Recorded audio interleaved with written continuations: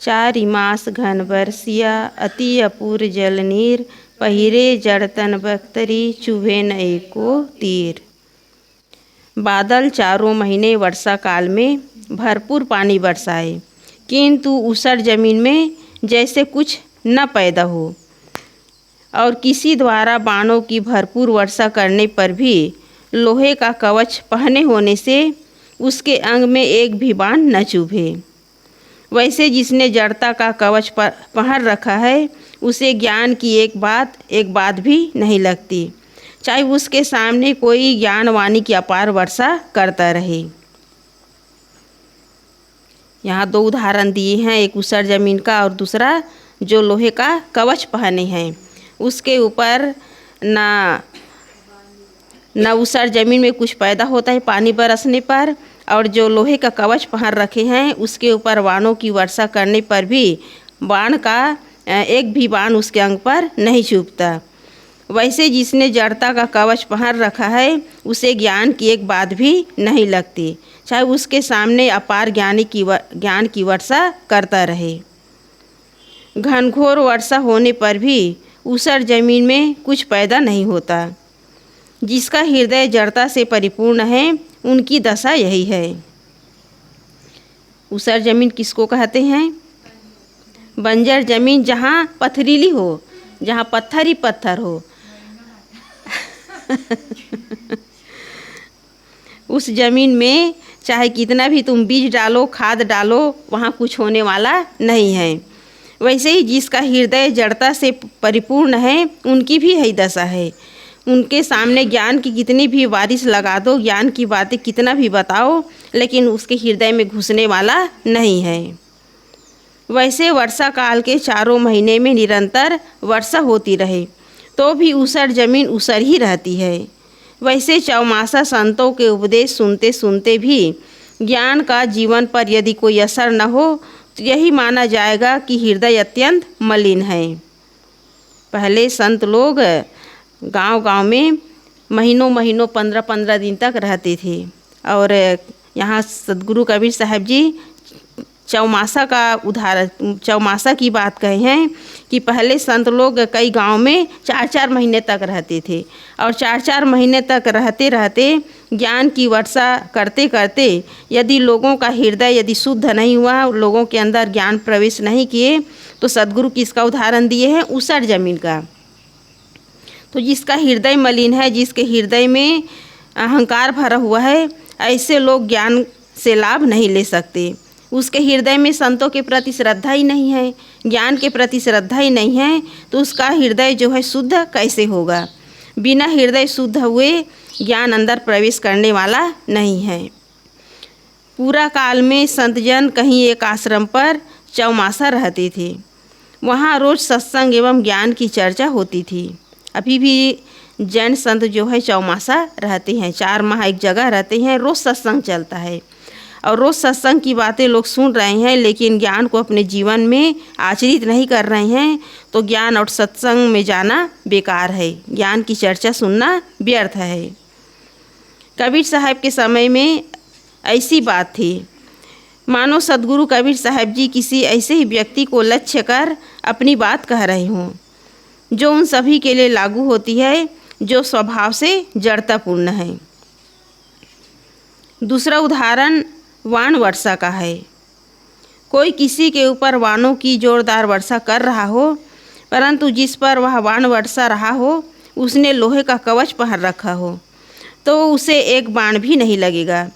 इसी प्रकार जिसने मन पर जड़ता का कवच डाल रखा है उस पर ज्ञान का प्रभाव नहीं पड़ता। वह प्रायः सभी उपदेष्टाओं का अपना अनुभव रहता है कि कुछ लोग ऐसे होते हैं जिन पर उपदेश का कोई प्रभाव नहीं पड़ता।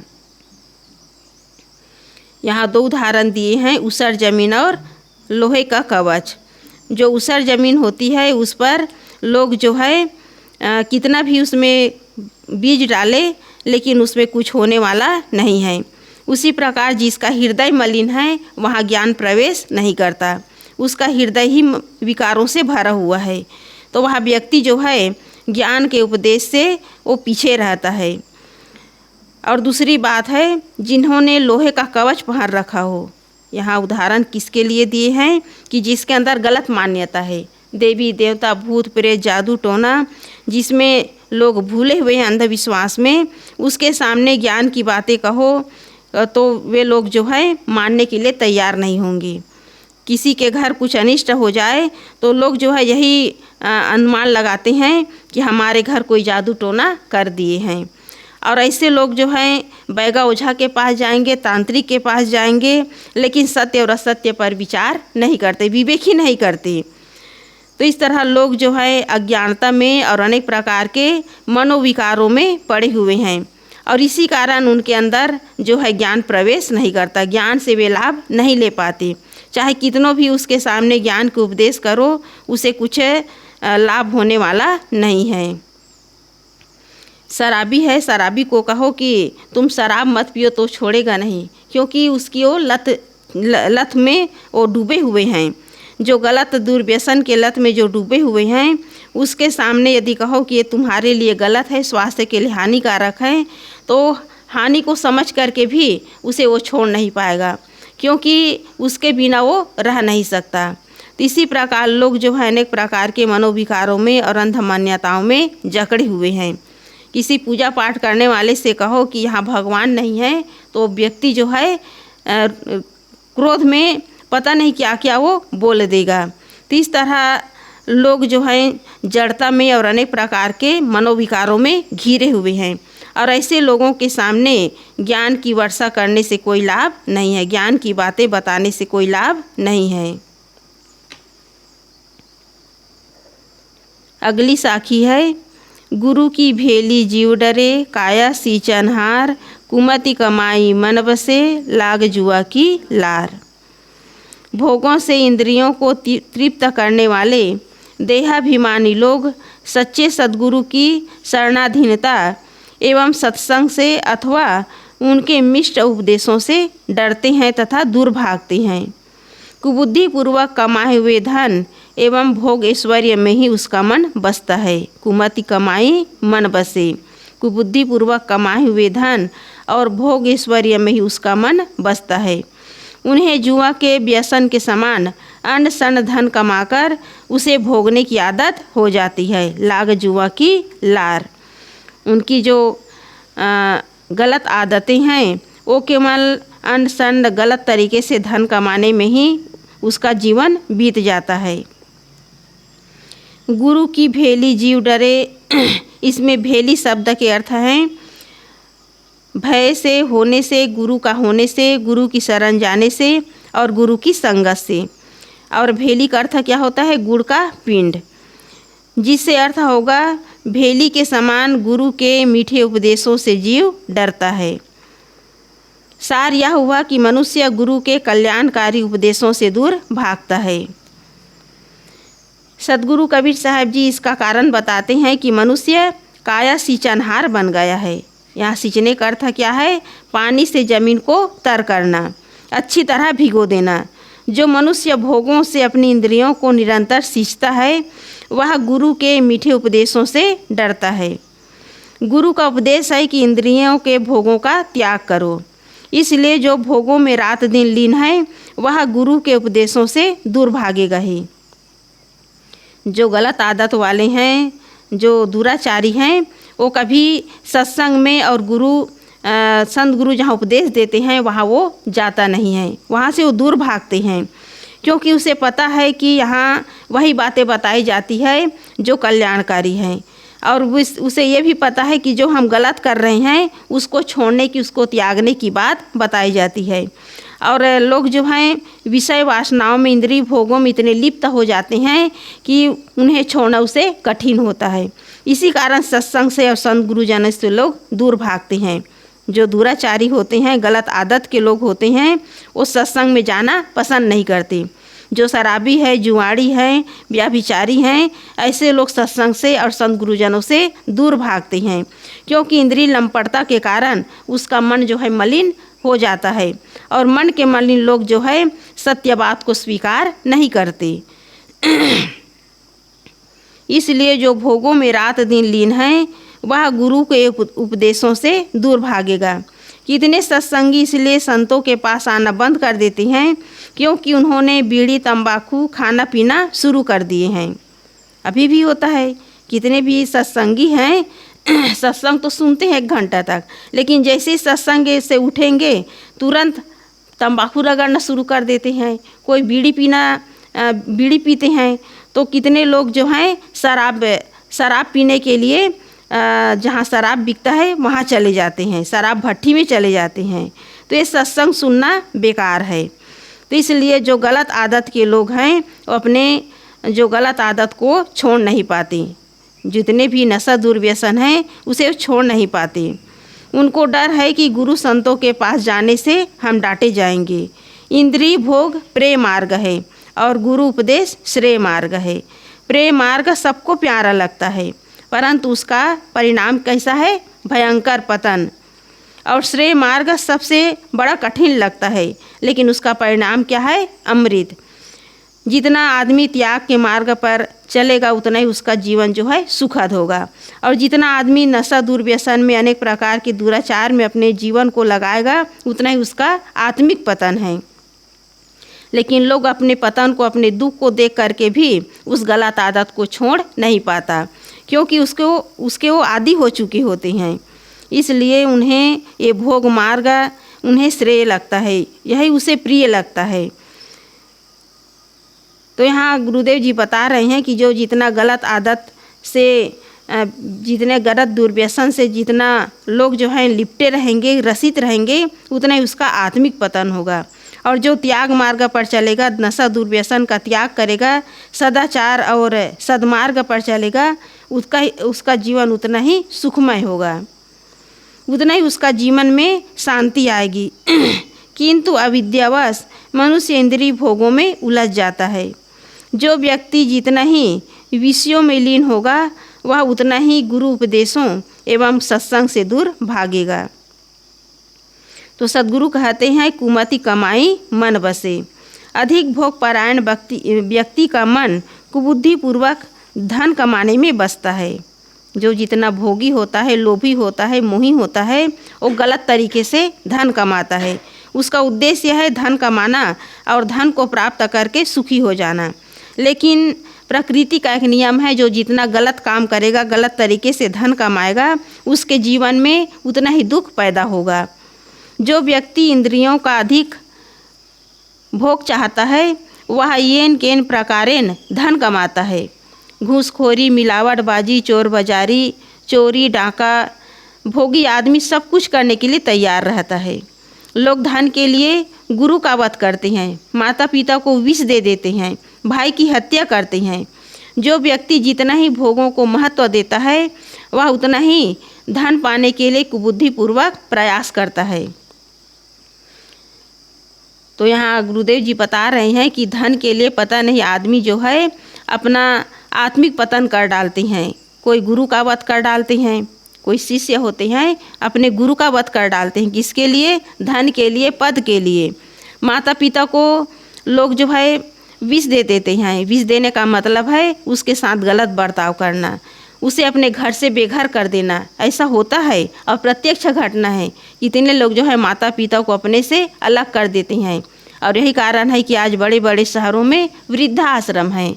पढ़े लिखे लोग, शिक्षित लोग, जिसके पास किसी भी चीज़ की कमी नहीं है, लेकिन अपने माता पिता को अपने से अलग कर देते हैं।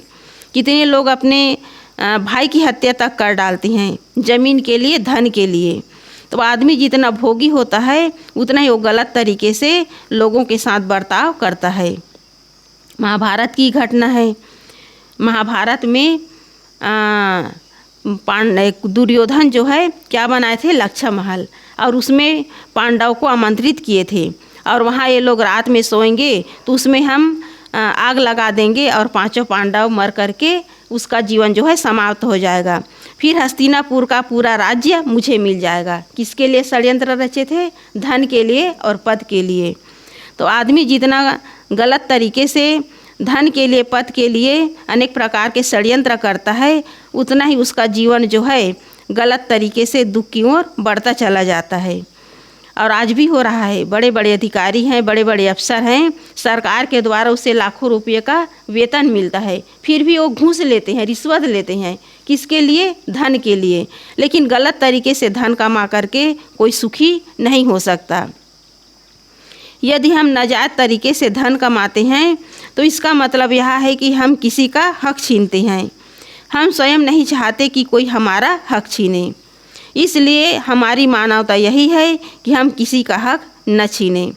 हम चाहते हैं कि कोई हमारा ज़मीन या धन न छीने, तो हम भी ऐसा बर्ताव न करें कि किसी को दुख हो, किसी को तकलीफ़ हो। लेकिन लोग जो है मानवता को खो रहे हैं। कहीं धन के लिए, कहीं ज़मीन के लिए, कहीं पद के लिए लड़ाई हो रही है। तो इस तरह लोग जो है अपनी मानवता को खो रहे हैं। परंतु भोगी आदमी अपने मिथ्या स्वार्थ में अंधा होता है। वह जो अप्रिय घटना अपने लिए नहीं चाहता वही दूसरों के लिए करता है। ऐसा क्यों करता है? क्योंकि आदमी स्वार्थ में अंधा होता है।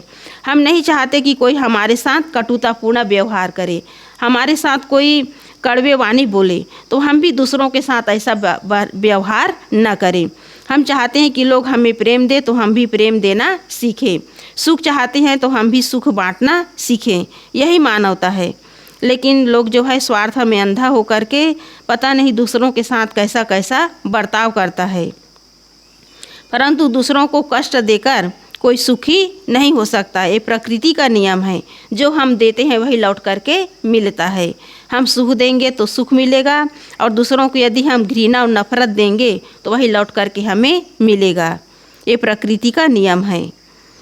सद्गृहस्थ भोगों में संयम रखता है, वह यथासंभव संयम से चलता है, इसलिए उसे दूसरे के हक को मारने की ज़रूरत नहीं पड़ती। जो सद्गृहस्थ होता है, सदाचार और संयम पूर्वक जीवन जीता है, वो कभी किसी के साथ गलत व्यवहार नहीं करता। किसी को हक मारने का उसके मन में कभी भाव नहीं आता। जब आदमी काया सिंचनहार बनता है तब उसे कुमति कमाई मन बसे की स्थिति प्राप्त होती है। यहाँ काया सिंचनहार का तात्पर्य क्या है? स्वार्थ में अंधा हो जाना, अपने जीवन को पूरी तरह भोग में बिताना, भोगी बनना। काया सिंचनहार का मतलब है भोगी बनना, धन का, पद का और प्राणी पदार्थों का भोगी बनना। जो जितना भोगी होगा उतना ही वो गलत तरीके से धन कमाएगा, गलत तरीके से लोगों के साथ व्यवहार करेगा। ये दोनों वाक्यांश बड़े ही मार्मिक हैं। काया को सींचने वाला इंद्रिय लंपट होता है, और इंद्रिय लंपट क्या क्या कुकर्म नहीं कर सकता। इंद्रिय लंपट व्यक्ति धन के पीछे, पद के पीछे, मान सम्मान के पीछे पता नहीं क्या क्या कुकर्म नहीं करता। इंद्रिय लंपटता और कुबुद्धिपूर्वक धन कमाने की बात को सद्गुरु जुए के व्यसन से समझाते हैं। जिसे जुआ खेलने की आदत हो जाती है वह उससे अपना पतन देखते हुए भी उसी में चिपका रहता है। जो जुआड़ी होता है, जिसे जुआ खेलने की आदत हो जाती है, उसका सब कुछ बिक जाता है, ज़मीन जायदाद, घर द्वार सब कुछ बिक जाता है, लेकिन वो जुआ खेलने की जो आदत है उसे वो छोड़ नहीं पाता, क्योंकि उसके अंदर यही उम्मीद रहती है कि कभी न कभी मैं जीतूँगा और धनवान बन जाऊँगा। लेकिन जुआ खेल करके आज तक कोई धनवान नहीं हुआ है। जुआ खेल करके धर्मराज युधिष्ठिर सब कुछ हार गए, यहाँ तक कि अपनी पत्नी द्रौपदी को भी दांव पे लगा दिए। ऐसे दुर्व्यसनी लोग जो हैं अपना पतन देखते हुए भी वो सावधान नहीं होता। इसी प्रकार जिसे इंद्रिय भोगों में लंपटता तथा उसके लिए अन्न शरण धन कमाने की आदत हो जाती है, वह उसमें अपना अधः पतन जानते हुए भी उसी में डूबा रहता है। जो जितना ही भोगी होता है वह उतना ही हिंसा करता है। हिंसा का मतलब दूसरों का हक मारना। यह हिंसा का मतलब क्या है? दूसरों का हक मारना, बिना वजह किसी को सताना, बिना वजह किसी का धन हड़प लेना, ये हिंसा करना है। और कितने ऐसे लोग होते हैं जो शराबी होते हैं, जुआरी होते हैं, किसी से उधार तो ले लेते हैं लेकिन दे नहीं पाते, और अंत में ऐसे ही लोग जो है पश्चाताप करते रहते हैं। तो बिना वजह किसी का हक मारना, किसी का धन लेना, ये भी हिंसा है। भोग परायणता से वैसे ही बुद्धि मलिन होती है। जो जितना भोगी होता है उसका मन उतना ही मलिन होता है। उसके साथ हिंसा करने से मनुष्य का और अधःपतन होता है।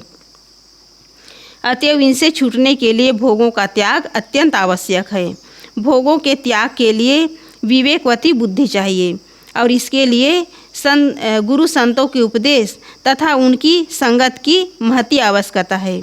अतएव गुरु के जिन उपदेश से जीव डरता है, दूर भागता है, उन्हीं के लिए यह अत्यंत आवश्यक है और उसके बिना जीव का कभी दुख छूट नहीं सकता। जो जितना भोगी होगा उतना ही वो संत गुरुजनों से दूर भागेगा और उसका जीवन जो है उतना ही दुखों से घिरता चला जाएगा। तो इस प्रकार जीव यदि दुख से बचना चाहता है, अनेक प्रकार के विकारों से बचना चाहता है, तो उसके लिए आवश्यक है संत गुरुजनों के उपदेशों को अपने जीवन में धारण करना। जो जितना संतों की संगत से और सत्संग से लाभ लेगा उसका मन उतना ही शुद्ध होगा, बुद्धि उतनी शुद्ध होगी और उसका जीवन भी सुखमय होगा। तो इसलिए भोगी आदमी अपने जीवन में क्या क्या दुष्कर्म नहीं करता। हिंसा, हत्या, व्यभिचार, अनेक प्रकार की मिलावटबाजी, घूसखोरी, डाका, छल कपट क्या क्या नहीं करता, लेकिन अंत में उसे भी पश्चाताप करना पड़ता है। तो यहाँ सदगुरु कबीर साहब जी ऐसे लोगों को सावधान करते हैं जो काया सींचनहार बने हुए हैं, भोगी बने हुए हैं, इंद्रिय लंपट बने हुए हैं और ऐसे लोग गलत तरीके से धन कमा करके, पद पा करके, मान सम्मान पा करके अपने जीवन में क्या क्या दुष्कर्म नहीं करते। तो दुख से बचने के लिए क्या चाहिए? त्याग चाहिए, मनोविकारों का त्याग, गलत आदतों का त्याग। गलत आदतों और मनोविकार का त्याग किए बिना कोई भी व्यक्ति सुखी नहीं हो सकता। बोलिए सद्गुरुदेव की जय।